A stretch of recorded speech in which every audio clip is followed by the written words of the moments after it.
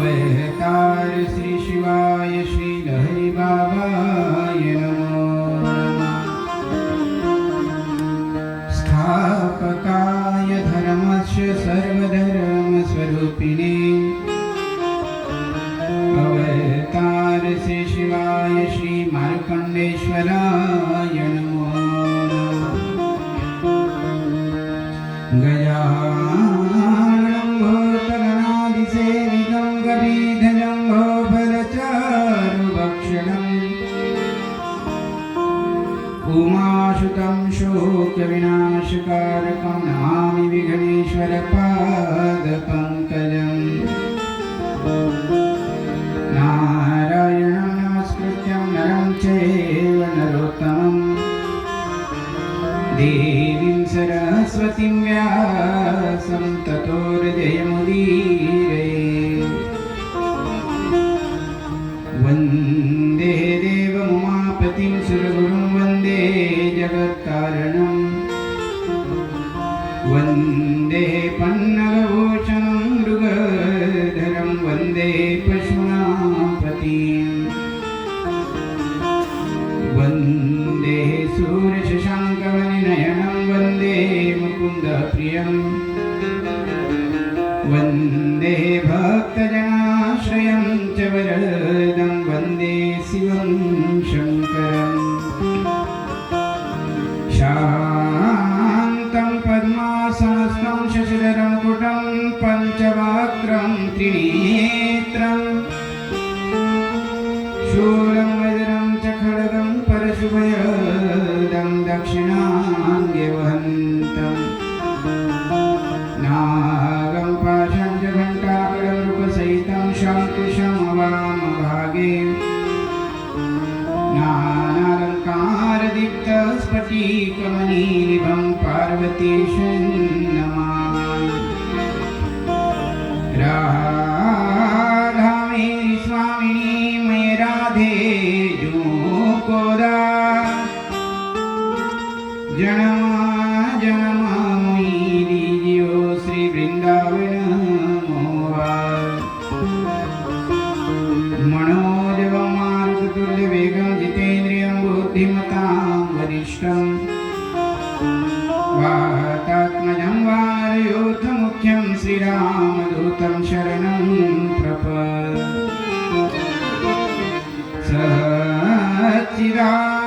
सच्चिदानन्दरूपाय विश्वोत्पत्त्यादिहेतवे तापत्रयविनाशाय श्रीकृष्णाय वयं नमः। तापत्रयविनाशाय श्रीकृष्णाय वयं नमः। सद्गुरुदेव भगवान की जय। रामचंद्र भगवान की जय। नाथ भगवान की जय। नाथ भगवान की जय। ज्ञानेश्वर महाराज की जय। संत श्री तुकाराम महाराज की जय। खंडेश्वर भगवान की जय।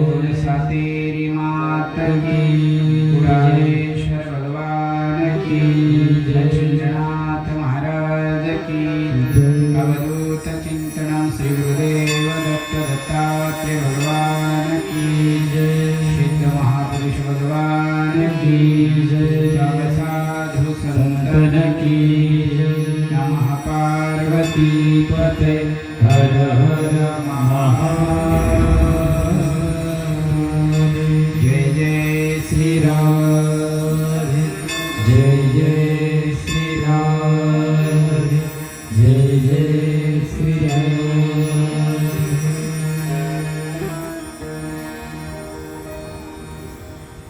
नित्यप्रती आराध्य दैवत परमहंस ब्रह्मानंद लहरी बाबा चराचरामध्ये वास करणारे श्री गुरुदेव शक्ती या क्षेत्राचे क्षेत्राधीश्वर भगवान श्री मार्कंडेश्वर व्यास मंचावर विराजमान अकारण करुणावरुणालय भक्तवंचा कल्पतरू तळीदेत विनिंदित पितांबरधारी भगवान श्री नारायणाची वाङ्मयीन प्रतिमूर्ती श्री विष्णू महापुराण ज्या मंगलमय कथेचं चिंतन आपण गत द्वितीय दिवसापर्यंत केलेलं आहे। आज तृतीय दिवसामध्ये प्रवेश करण्या अगोदर काही क्षण भगवान श्री श्री नारायणाचं चिंतन करू आणि तत्पश्चात मंगलमय कथेला स्पर्श करू. सगळ्यांनी हात वर करायचे, मुखाने नामस्मरण करायचे. काही क्षण श्री नारायणाचं. श्रीमन्नारायण नारायण हरी हरी. श्रीमन्नारायण नारायण हरी हरी. श्रीमन्नारायण नारायण हरी हरी.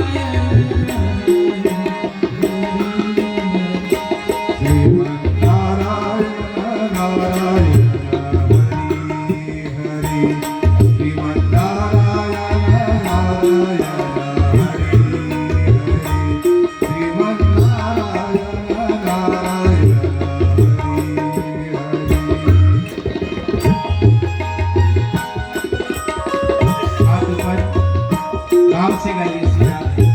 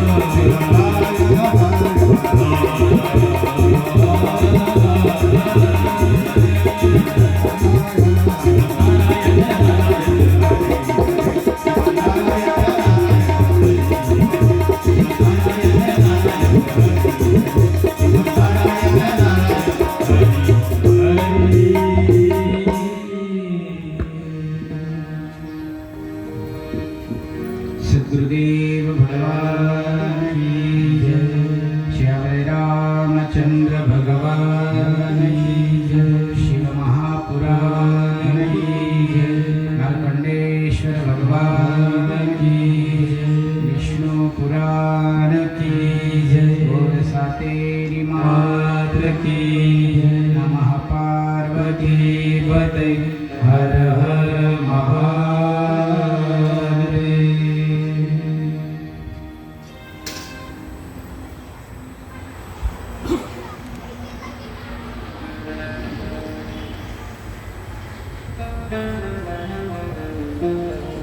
मौली महावैष्णव ज्ञानेश्वर भगवान श्री महंत तुकोबाराय महाराज आद्य गुरु शंकराचार्य भगवान समुपस्थित सर्व ममतामयी माता एवं सज्जनांनो, गत द्वितीय दिवसापर्यंत आपण ज्या मंगलमय कथेचं चिंतन केलेलं आहे, आज तृतीय दिवसामध्ये आम्ही प्रवेश करत आहोत। पहा, परमपावनी कथा, मंगलमयी कथा, भव्यहरणी कथा, आल्हाददायी कथा, प्रत्येक जीवाची व्यथा मिटवणारी ही श्री विष्णू महापुराण कथा आहे। भगवान श्री पराशर आणि मैत्रेय मुनींचा संवाद सुरू आहे।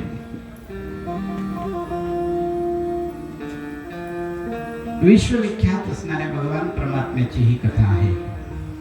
भगवान श्री हरी विष्णूची ही कथा आहे। अनंत पुराणापेक्षाही, इतरोत्तर पुराणापेक्षाही अनंत फलदायी, अनंत गुणात सफल होणारी कथा श्री विष्णू महापुराणांची आहे। जेव्हा जेव्हा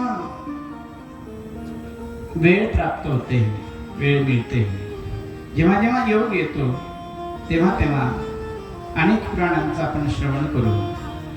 पण विष्णू पुराण कथा श्रवण करण्याकरता एकदा जरी मिळाली तरी पुरे झालं नाही। 7 दिवस तुम्हाला शिवपुराण, श्री विष्णू पुराण श्रवण करण्याकरता प्राप्त झालं, ठीक आहे। 4 दिवसासाठी, 8 दिवसासाठी नाही प्राप्त, 4 दिवसासाठी, 6 दिवसासाठी, 7 दिवस, इतक्या दिवसातून जरी एवढे दिवस मिळाले नाही, एक जरी दिवस मिळाला तरी पुरे। एक दिवस पूर्णतः लाभ घेऊ शकत नाही, अर्धा दिवस मिळू शकत नाही, 3 तास नाही, 1.5 तास नाही, 1 तास नाही, अर्धा तास नाही, 15 मिनिट, 20 मिनिट, 10 मिनिट, महाराज म्हणतात 5 मिनिट, 1 मिनिट, अर्धा मिनिट जरी तुम्ही विष्णू पुराणात येऊन गेलात तरी पुरे झालं। तुम्ही म्हणाल बरं झालं महाराज, उद्यापासून आम्ही अर्धाच मिनिट थांबू, आमच्यासाठी खूप सोपं करून दिले तुम्ही। नाही, ते अर्धा मिनिट एकदम इमर्जन्सी वाल्यांसाठी आहे की नाही, थांबू शकत नाही।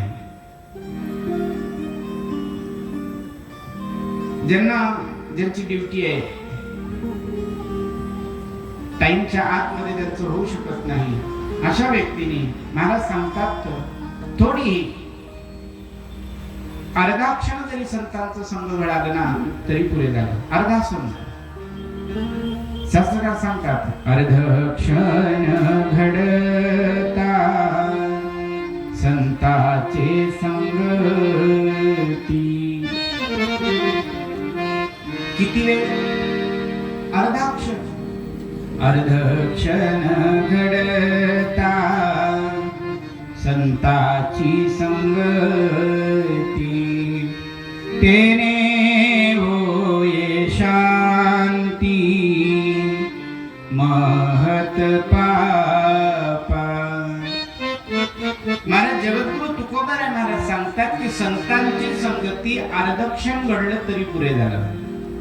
आता तुम्ही विचार करा महाराज, अर्धाक्षण जर संतांची संगती मिळाली तरी पुरे झालं, इथे तर अख्खं आयुष्य जायला लागलं संतांच्या संगतीमध्ये, पण प्रचिती काही येत नाही, त्याचं काय? काही जण तर खपून जातात, संपून जातात, शेवटचा श्वास सोडून देतात, तरी त्यांच्या जीवनामध्ये महाराज सांगतात बदलाव काही होत नाही। याचं कारण काय? तुम्ही संतांच्या किती निकटवर्ती आहे हे महत्वाचं नाही, तुम्ही साधूच्या किती जवळ आहात हे महत्वाचं नाही। शरीराने जवळ आहात, ठीक आहे, पुण्य प्रताप होईल, तुम्हाला केलेल्या सेवेचं फळ मिळेल, आज नाही, उद्या नाही, परवा कधीतरी तुम्ही केलेली सेवा व्यर्थ जाणार नाही। पण तुमच्या महत् पापाची शांती करायची असेल, त्यासाठी संतांची संगती अर्धक्षण तरी घडवा। महाराज एवढं संतांच्या संगतीत आहे तरी काय, संतांचीच संगती का करावी? म्हणायला पाहिजे होतं अर्धक्षण घडता श्रीमंतांची संगती, असंही नाही म्हटलं. अर्धक्षण घडता विद्वानांची संगती, विद्वानही म्हटलं नाही. अर्धक्षण घडता पत्नीची संगती, तेही म्हटलं नाही. कारण ह्या सगळ्या संगती अधोगतीला नेणाऱ्या आहेत. एकच संगती अशी आहे जी परमगतीला नेणारी आहे, ती संगती म्हणजे संतांची. कळलं का? आपण जरा गांभीर्याने चिंतन करा, गांभीर्याने विचार करा. फक्त संतांचीच संगती का? संत हे निर्मोही असतात, संत निर्मम असतात आणि संत केवळ देवाचे झालेले असतात. कधी कधी आपल्याला वाटतं की संत तुमच्या अगदी जवळ असले म्हणजे तुम्हाला वाटतं की संत आपलेच आहेत. हा तुमचा गोड गैरसमज आहे. आपल्या जवळ आहे म्हणजे आपले आहे अजिबात नाही. जे संतांच्या जवळ नाहीत म्हणजे ते संतांचे नाहीत असं होऊ शकत नाही. पहा, तुम्ही जरा गांभीर्य घ्या, गांभीर्याने लक्षात घ्या. खूप तुम्ही निकटवर्ती आहात, जवळ आहात, शरीराने जवळ आहात. पण तुकोबाराय महाराज म्हणतात की संतांची संगती, रात्रंदिवस तुम्ही साधूच्या सोबत आहात, 24 तास तुम्ही साधूंच्या सोबत आहात. कळलं का? त्या 24 तासाच्या प्रभावाने, बाबा माहित नाही लागल्या, 24 तासाच्या प्रभावाने तुमच्या जीवनामध्ये प्रभाव होत नसेल, बदलाव होत नसेल, तर महाराज सांगतात की आपण जी संतांची संगती करतोय ते फलित जर होत नसेल तर फक्त आपण संतांची संगती शरीरानेच करतोय. आपल्याला त्या संतांच्या शरीराचं महत्व आहे. कळलं का? संत काय सांगतात त्याचं महत्व नाही. महाराज सांगतात शरीरासोबत कितीही राहा तुम्ही, किती राहा, त्या शरीराचं पुण्य, सेवा केल्याचं पुण्य मिळेल. पण संतांचे विचार जोपर्यंत तुमच्यात घुसणार नाही तोपर्यंत तुम्ही कितीही वेळ त्यांच्या सानिध्यात राहा, प्रभाव होणार नाही. संतांची संगती, एक वेळेला तुम्ही शरीराची संगती नका करू, एक वेळेला संतांच्या सानिध्यात तुम्ही शरीराने नाही, काही हरकत नाही. कळलं का? नसेल शरीर तुमच्या सानिध्यात चालेल, पण संतांचे विचार मात्र कधी सोडू नका. संतांचे विचार तुमच्या हृदयात उतरणं म्हणजे खरी संगती. कळलं का? आणि मी सांगेल, जीवन बदलवायला माणसाला खूप काही शिकावं लागतं, अजिबात नाही. जीवनामध्ये बदलाव करायचा असेल, बदल करायचा असेल तर सर्व भागवत तुमच्यासाठीच आहे असं नाही. सगळे पुराण तुम्हाला पाहिजे, सगळे पुराण तुम्ही ऐकले पाहिजे आणि नंतर मग आमच्यात बदल होईल, अजिबात नाही. कळलं का? अर्धा क्षण जरी आला तुम्ही, मी सांगेल, माझा अनुभव सांगेल तुम्हाला, एका शब्दाने सुद्धा मनुष्याचं जीवन पालटतं. किती? एकाच शब्दाने. जास्त शब्दाची गरज एक नाही. मी तुम्हाला 100 पुरावे देईन ज्यांचं जीवन एका शब्दाने पालटलं. फक्त एकच शब्द, जास्त शब्दाची गरज नाही. किती उदाहरणं म्हणून द्यायचे, विषय आला म्हणून देऊन जातो नीट आहे का? गोस्वामी तुलसीदासांचं चरित्र घ्या. कोण? गोस्वामी तुलसीदासजी महाराज यांचं चरित्र अतिशय रसाळ, परम पावन. पहिले जर पाहिलं तुम्ही चरित्र तर आपल्या स्त्रीवर ते आसक्त होते, आपल्या पत्नीवर आसक्त होते. आणि पत्नीला जेव्हा भेटायला जातात, ही कथा सखोल तुम्हाला रामकथेत मी सांगितले. पत्नीला जेव्हा भेटायला जातात, नदी पार करतात तर प्रेतावर बसून होडी समजून, वरच्या माळ्यावर पत्नी राहते तर लटकलेला साप आहे, विषधर साप आहे, आणि त्या सापाला धरून ते वरच्या माळ्यावर चढतात. पत्नीला भेटतात. पत्नीने हा सगळा प्रकार पाहिला आणि पत्नी म्हणते, का हो, माझ्यावर तुम्ही इतकं प्रेम केलं ना, रात्र पाहिली नाही, दिवस बघितला नाही, तिळंधार पाऊस सुरू होतं, नदीला पूर आलेला होता, तुम्ही हे सगळं काही पाहिलं नाही आणि माझ्यासाठी आला. किती प्रेम आहे तुमचं माझ्यावर, पण काय आहे माझ्यामध्ये इतकं, तुम्ही इतकं माझ्यावर प्रेम करता, जीव धोक्यात घालून तुम्ही माझ्यासाठी आलात. एवढंच प्रेम जर तुम्ही माझ्या भगवंतावर केलं असतं तर भगवंत मिळाला असता. एवढंच ऐकलं तुळशीदासांनी.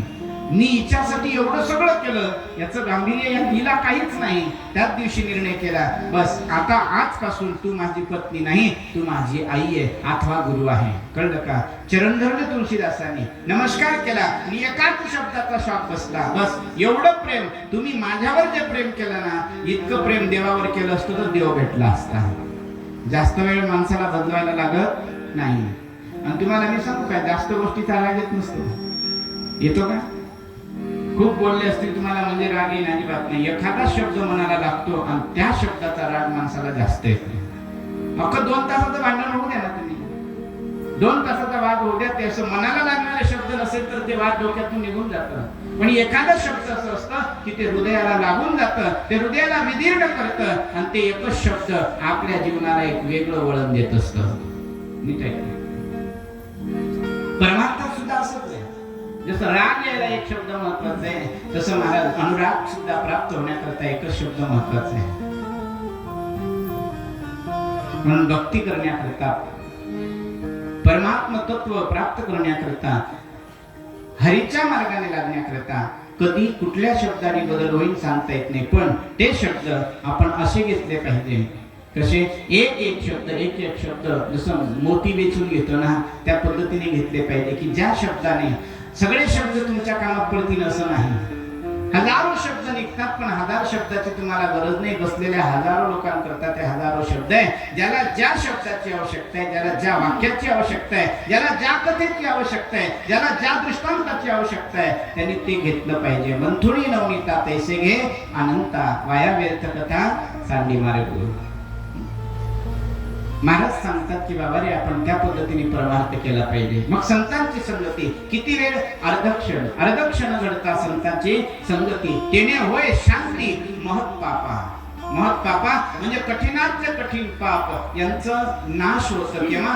अर्धक्षण संतांची संगती घडत असेल तेव्हा. संतन के संग लाग रे, तेरी अच्छी बनेगी.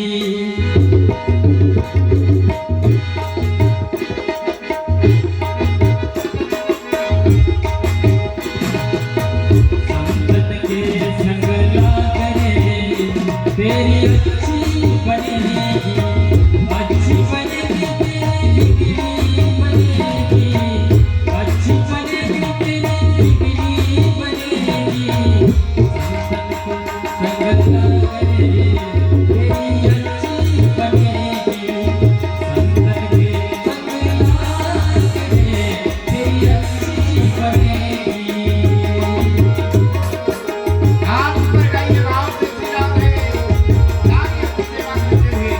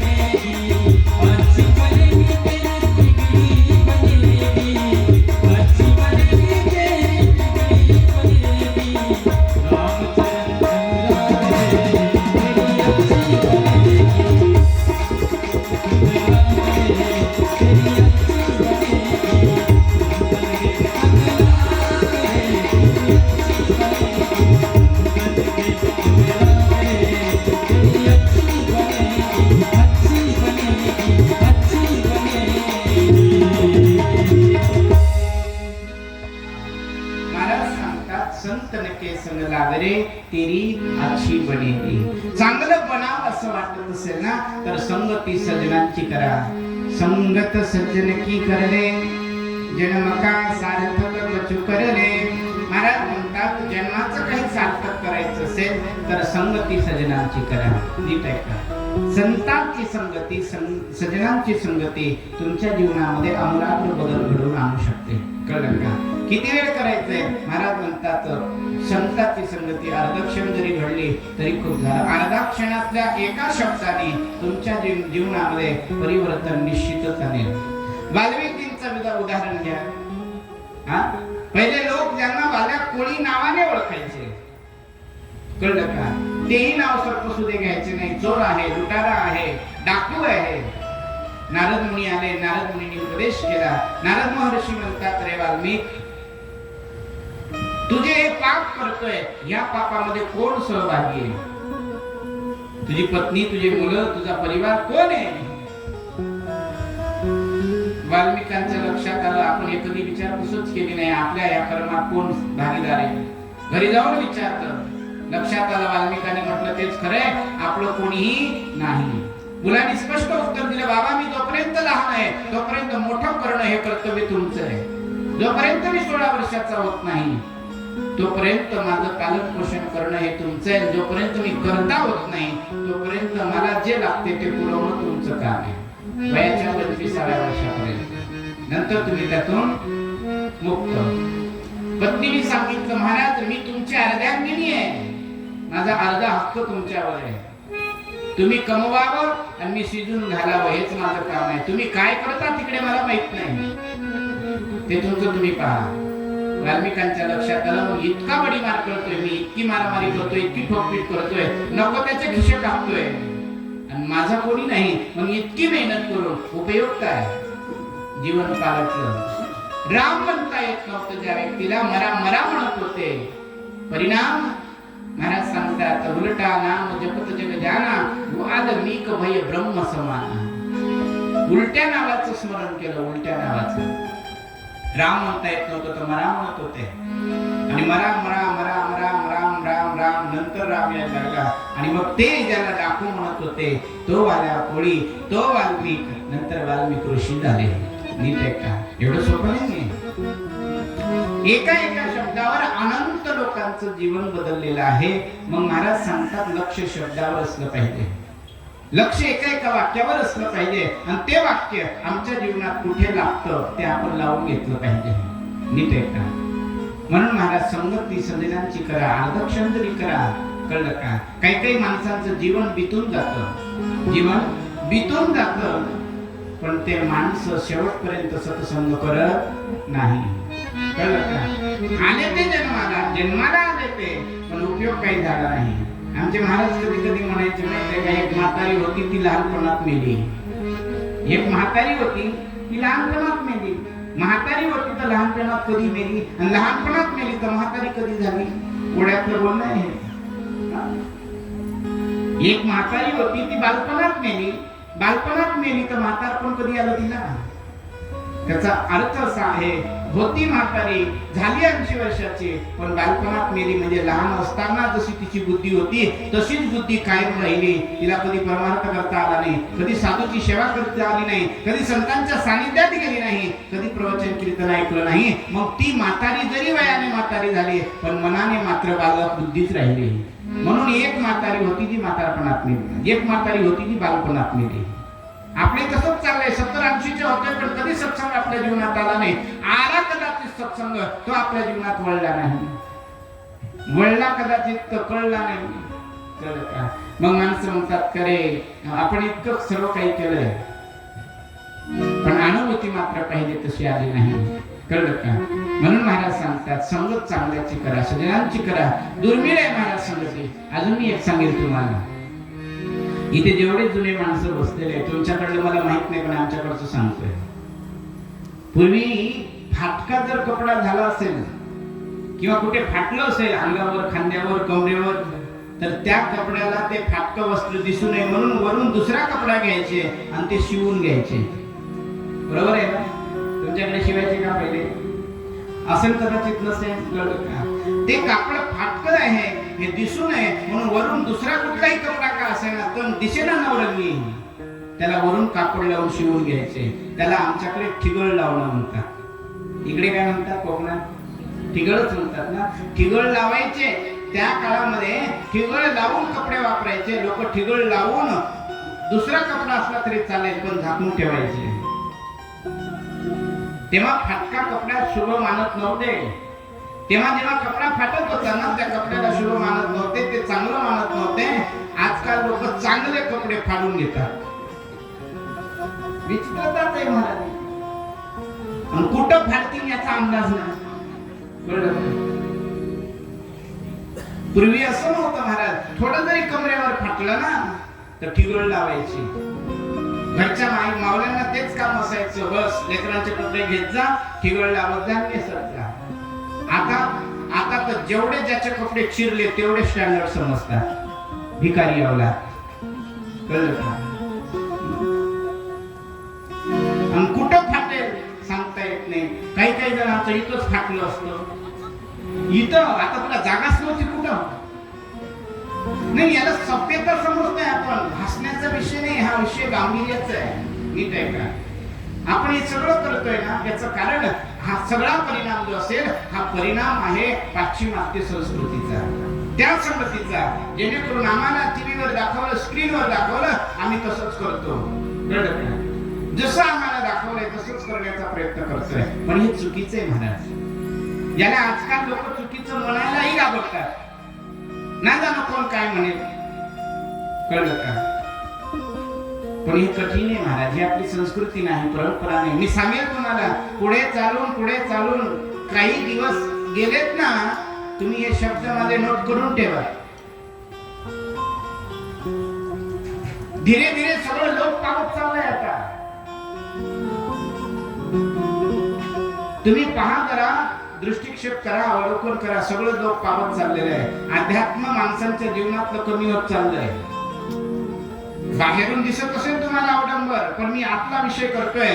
आतून ज्या परमात्म्याची ओढ असायला पाहिजे ती ओढ आमची कमी होत चाललेली आहे. वाटतंय आम्हाला की आम्ही परमात्मा करतोय, वाटतंय आम्हाला आम्ही भक्ती करतोय, वाटतंय आम्हाला आम्ही नामचिंतन करतोय, पण आतून ज्याची जोडी पाहिजे ती जोडी मात्र तुटत चालली आहे. आतून ज्याची आवश्यकता पाहिजे ते मात्र तुटत चाललंय. म्हणून इथून पुढे चालत पूर्वी यज्ञ हवन व्हायचे, ज्याला अग्निहोत्र म्हणायचे. अग्निहोत्र आज किती जरा चालतंय, लोक पावत चाललेले आहे. नीट आहे का? हे सगळं लोक, मी सांगतो काही कालखंडामध्ये हे फक्त तुम्हाला महाराज पाहायचं तर सोडा. धीरे धीरे सगळ्या वस्तू लोक पावत चालल्या. ज्या आजही काही असे साधू आहेत, आजही काही संत असे आहेत जे विरक्तीमध्ये जीवन जगतात. आहेत हिमालयामध्ये विरक्ती, केवळ परमार्थ.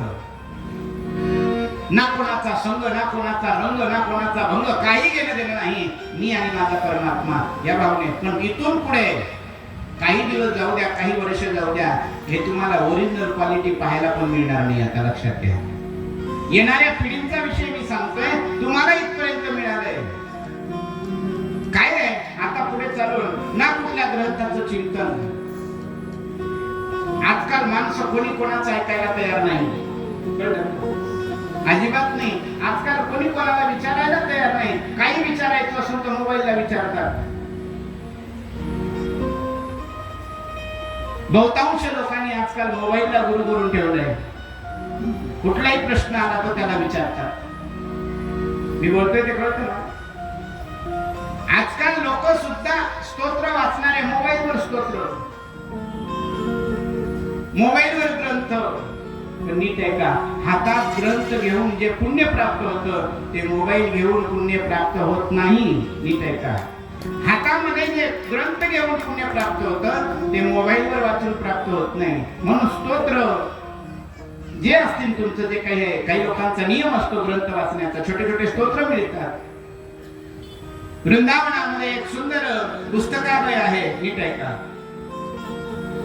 आणि ते स्वामी अखंडानंद सरस्वतीजींच्या नावाने चालतं.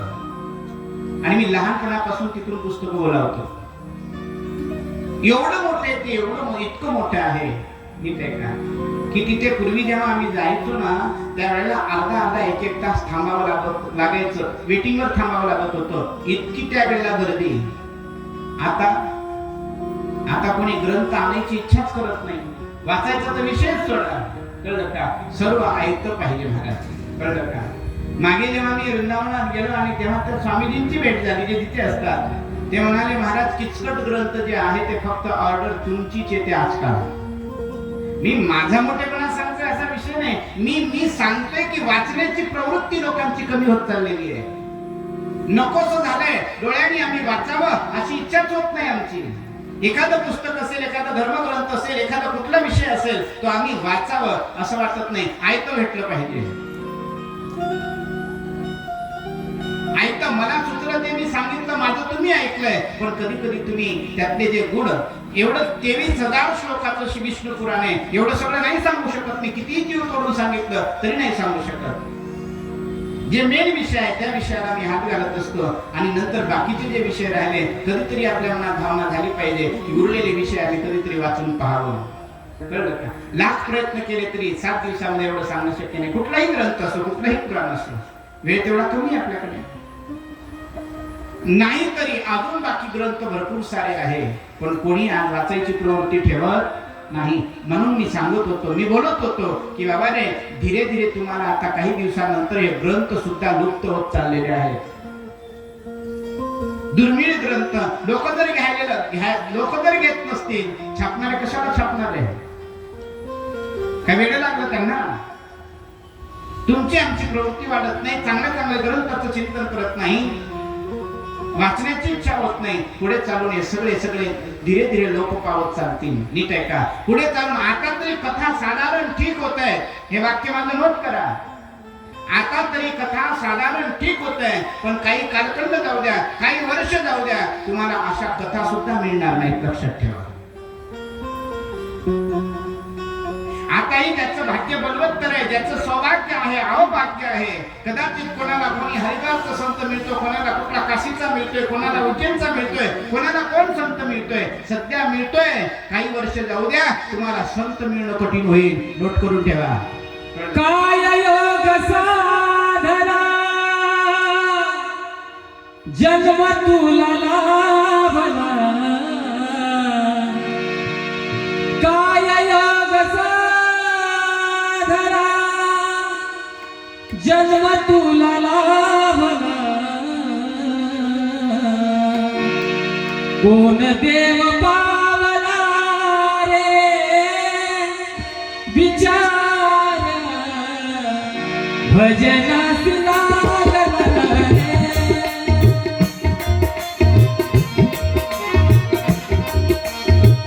काय योग साधना जन्म तुला लाभला, काय योग साधना जन्म तुला लाभला, कोण देव पावला रे विचार, भजनास लागला रे विचार, भजनास लागला.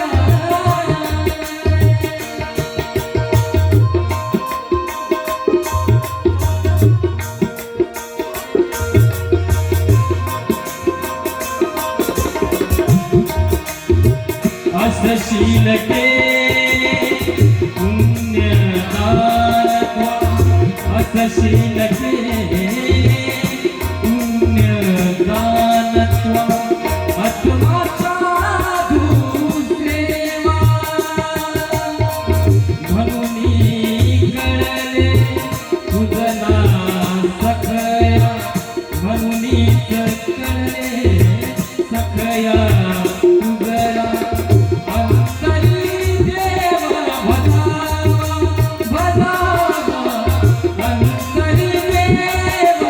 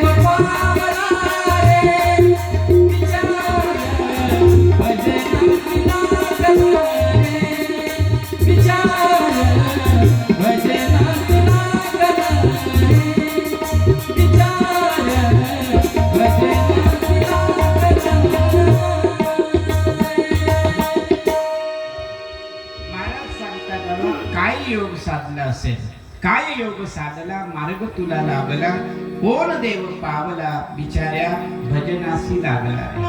आता जे भजन करत आहेत ना, आता असे भजन करणारे पुढे होणं सुद्धा कठीण आहे. आताच तर बोटावर मोजणे इतके आहे. मी पुढचा विषय सांगतो. साधारण काही वर्ष जाऊ द्या, याचा प्रत्यय प्रत्येक माणसाला येईल. आज ज्या आया आहेत ना, आई ज्याला आपण आई म्हणतो, आज जी आई आहे, आता इथून पुढे अशी आई मिळणे कठीण होईल. आतापर्यंत ठीक आहे, साधारण आतापर्यंत, इथून पुढे म्हणतोय मी, कारण आता सर्वात जमाना मोबाईलचा आलाय. नीट आहे का? पूर्वीची जी आई होती ती आई आता मिळणं कठीण झाली. आतापर्यंत जे आहे तुमच्या आमच्या भाग्याने जे मिळाले, जे साधू असतील, जे संत असतील, जे देवब्राह्मण असतील, हे जे तुम्हाला मिळाले हे योग आहे.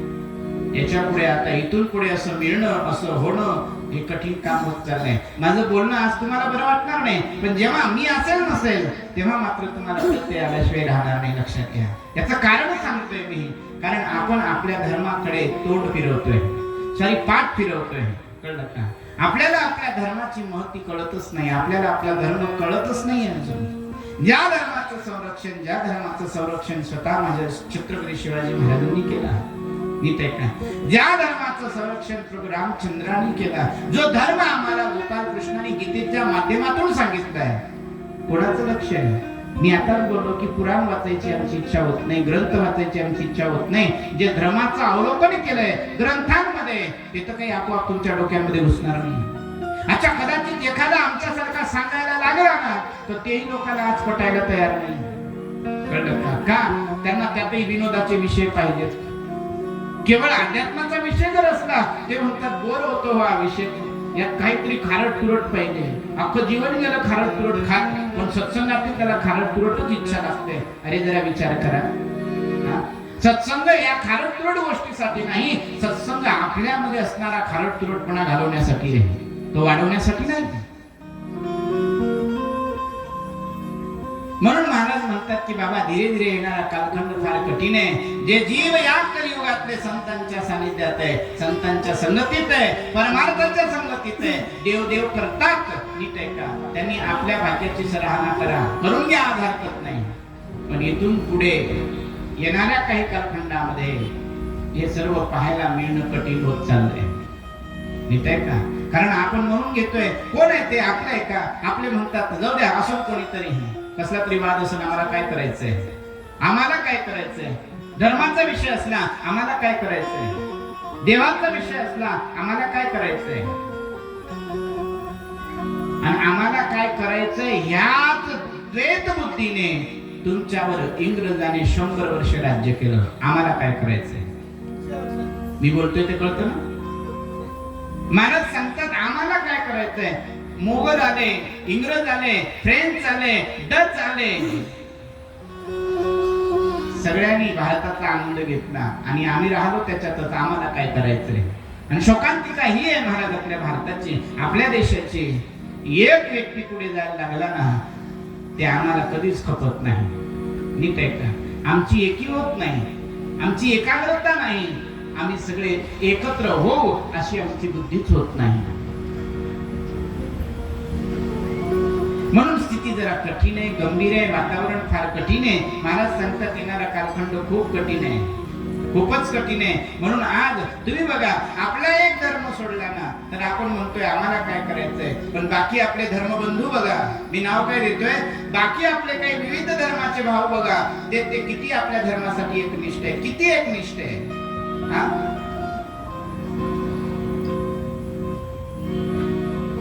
एक सर्वसाधारण विषय मी तुमच्या समोर मांडेल, तुम्हाला पटण्यासारखा आहे. जर मानलं, ऐकलं तर. रोजे चालत असतात आमचे मॉमेडियन बंधूंचे, चालतात ना, त्याच्यातला 5 वर्षाचा मुलगा असला तरी रोजा भरतो. आणि आपल्यातले किती 72 एकादशी करणारे जर हात वर करून दाखवा. आई जर एकादशी करायला लागली की मुलं म्हणतात मरत का उपवास करून तू. हा ठीक आहे, वयोमानानुसार तुमचं वय भरपूर झालंय, त्रास होतोय, काही आजार आहे, मग नका करू. शास्त्रात असं कुठंच सांगितलं नाही की तुम्ही मरायला टेकलेले उपवास करा. माझं म्हणणं ते नाही, पण इंद्रियाला वळण लागण्याकरता जीवनामध्ये एक तरी उपवास असला पाहिजे. चतुर्थी म्हणा, एकादशी म्हणा, सोमवार म्हणा, गुरुवार म्हणा, शनिवार म्हणा, जो तुमचा इष्ट असेल, कळलं का? बुधवार म्हणा, एक तरी वार केलाय तरी आम्ही उपवास मोठ्या कलस्तीने करतो, मोठ्या कलस्तीने. पण त्यांचे अखंड उपवास, चला जाऊ दे, उपवासाचा विषय सोडा. आपल्या घरामध्ये प्रत्येक व्यक्तीने विचार करा, आपल्या घरामध्ये आपण किती जणांनी नियम घातलाय की आमच्या घरात उठलेल्या प्रत्येक मुलाने राम रक्षा म्हटलंच पाहिजे. म्हणतात कोणी, एखाद्या असतील अपवाद म्हणून सोडा, एखाद्याच्या घरात चालत असेल, जे करत असतील त्यांना माझा व्यासपीठावरून साष्टांग दंड होते. पण ज्यांच्या घरात नाही, कधीतरी आपण आपल्या मुलीला, आपल्या मुलाला असं म्हटलं असं, तू अगं रिकामी बसू नको, अभ्यास कर, अभ्यास कर बेटा, अभ्यास कर, अभ्यास कर, अभ्यास करून मोठी झाल्यानंतर यांच्या डोळ्यात चटणी भर.